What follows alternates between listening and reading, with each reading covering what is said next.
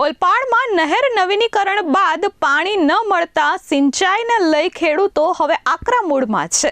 એક બાજુ ઉનાળો આવી રહ્યો છે અને જો પાકને પાણી નહીં મળે તો પાક નુકસાન થવાની ભીતિ છે, ત્યારે ખેડૂતોએ ચૂંટણી બહિષ્કાર સુધીની ચીમકી ઉચ્ચારી છે।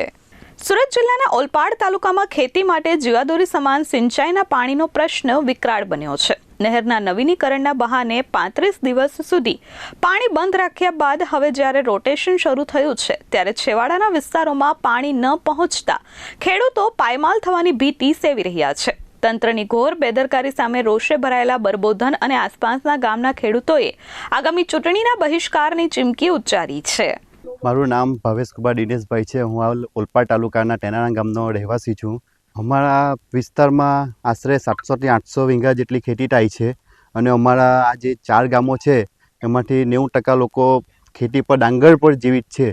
હાલમાં અત્યારે એટલી પરિસ્થિતિ છે કે હાલમાં નહેરનું પાણી લગભગ 12 તારીખની આસપાસ આવી ગયું હતું અને હાલમાં અમારે જે ફોરેલ ફાટા પર અત્યાર સુધીમાં ટીપું પાણી આવ્યું નથી અને વર્ષો આ પ્રશ્ન અમારા વર્ષોથી જ છે, એનું કોઈ નિરાકરણ અત્યાર સુધી કોઈ આવ્યું જ નથી અને અમારી એક જ માંગ છે, અધિકારીઓ અમારો કોઈ જવાબ સાંભળતા નથી।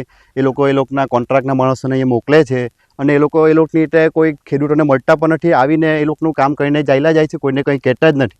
અમારી એક જ અપેક્ષા છે કે પહેલાં તો અમારું આ જે વિસ્તાર છે, પહેલાં તો આ ખેતી આધારિત વિસ્તાર છે, અમારે બસ એક જ અપેક્ષા છે કે આ અમારું ખેડૂતોની બધી માંગ સંતોષાય, બસ આ જ એક અમારી અપેક્ષા છે।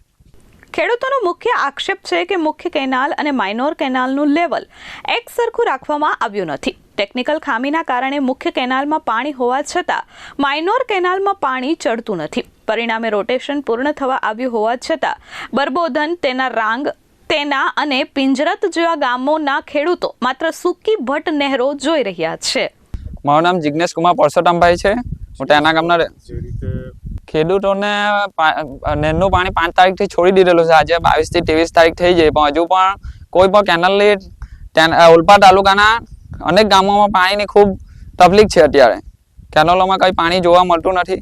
કારણ એનું એ છે કે નહેરના જે મેઇન બધા ભૂંગળાઓ રાખેલા છે ને જે અમારી પટ્ટી પર છે તેના ગામ પિંજરડાંગ કે આટલે તેના એનું લેવલ ખૂબ ઊંચું છે નહેરનું અને દરેક ભૂંગળાઓ ચોકઅપ થઈ ગયેલા છે। વાવેતર અમારી બાજુ હજુ 10% પર વાવેતર કોઈનું થયું નથી અને પાકમાં ખૂબ લેટ થઈ ગયું છે। મજૂરોને એ લોકો ઓળી કરવા જવાના છે તો દરેક મજૂરો ચાલ્યા ગયા આવીને પાછા। તકલીફો ખેડૂતોને ડાંગરની વાવડી થવાની જ નથી। આ ફેરી સિઝન ફેલ થવાની છે, અનેક પાકોની શેરડીથી માનીને કોઈ પણ વાવડી થવાની જ નથી। આ વિસ્તારના અંદાજે 800 વીઘાથી વધુ ખેતરોમાં ડાંગરનું વાવેતર કરવામાં આવ્યું છે।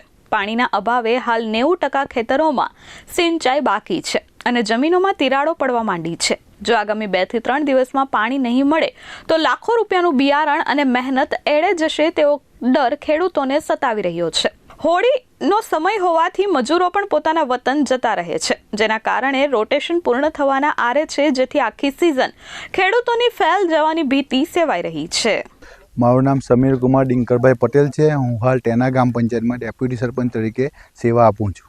અહીં ખેડૂતોને એકત્રિત થવાનું મુખ્ય કારણ પાણીનું છે। આપ જોઈ શકો છો અહીં આવેલી મુખ્ય કેનાલ છે, મુખ્ય નહેર છે, એમાંથી આ ફોરેલ ફાટામાં અમારા અંદાજિત 4 ગામોને પાણી મળતું હોય છે સિંચાઈ માટે, બરબોધન, ટેના, ટેનારાંગ અને પિંજરરાંગ। અહીં 4 ગામના 90% ખેડૂતો ખેતી પર આધારિત હોય છે, નિર્ભર હોય છે। જો ડાંગરની રોપણી નહીં થઈ શકે તો મોટું આર્થિક નુકસાન અમારા ખેડૂતોને 90% ખેડૂતોને છે। હા, અમારા દ્વારા તો ખરી જ, પણ અમારા ગામના બધા આગેવાનો તરફથી વારંવાર અહીંયા સિંચાઈ વિભાગના અધિકારીઓની રજૂઆત કરવામાં આવી છે, પરંતુ એ લોકો અમને ખોટા વાયદા, ખોટી માર્ગદર્શન આપીને એ કામ કરતા નથી। બસ ખાલી વાયદા જ આપે છે પણ કામ કોઈ કરતા નથી। હાલની તારીખે આપ જોઈ શકો છો, આજે ફેબ્રુઆરીમાં મુખ્યમાં ફેબ્રુઆરીમાં 12 થી 13 તારીખે પાણી મળી જતું હોય છે। આજે 22-23 ફેબ્રુઆરી થવાની, હજુ સુધી અમારા ગામની સીમમાં એક પણ ટીપું પાણીનું પહોંચ્યું નથી। બરબોધન ખાતે મોટી સંખ્યામાં એકઠા થયેલા ખેડૂતોએ સિંચાઈ વિભાગના અધિકારીઓ વિરુદ્ધ ભારે સૂત્રોચ્ચાર કર્યા હતા।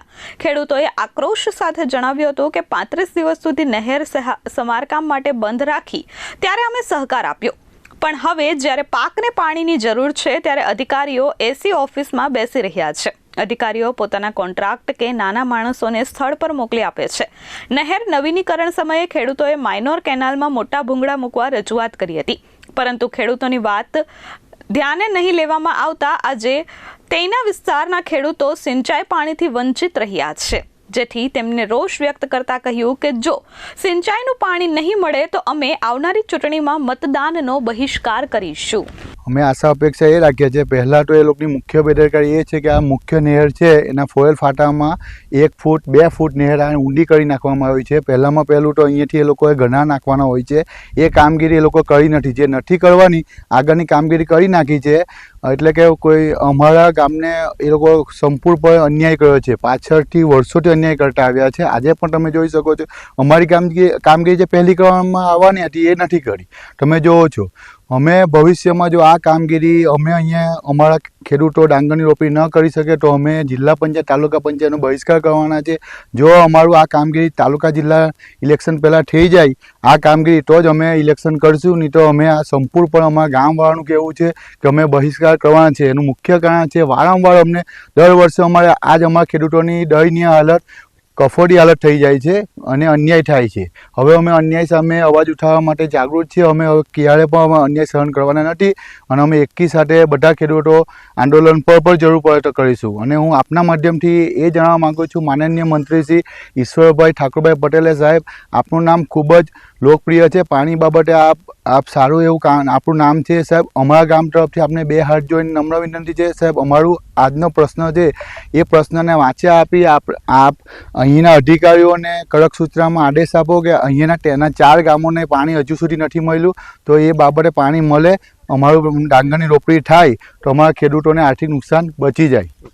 સામાન્ય રીતે નહેરના રોટેશનમાં છેવાડાના ગામોને અન્યાય થતો હોય છે, પરંતુ આ વખતે ટેકનિકલ લેવલિંગની સમસ્યાએ ખેડૂતોની કમર તોડી નાખી છે. મુખ્ય કેનાલ એ માઇનોર કેનાલ કરતાં ઘણી નીચી છે, જેના કારણે માઇનોર કેનાલમાં પાણી પૂરતા પ્રમાણમાં વહી રહ્યું નથી. ખેડૂતો રોષ સાથે જણાવી રહ્યા છે. આ સાથે સિંચાઈ અધિકારીઓને સ્થળ મુલાકાતના અભાવના કારણે વિસ્તારના ખેડૂતોએ કરોડો રૂપિયાનું નુકસાન થવાની ભીતિ સેવી રહ્યા છે. નિર્મલ પટેલ, S24 ન્યૂઝ, ઓલપાડ.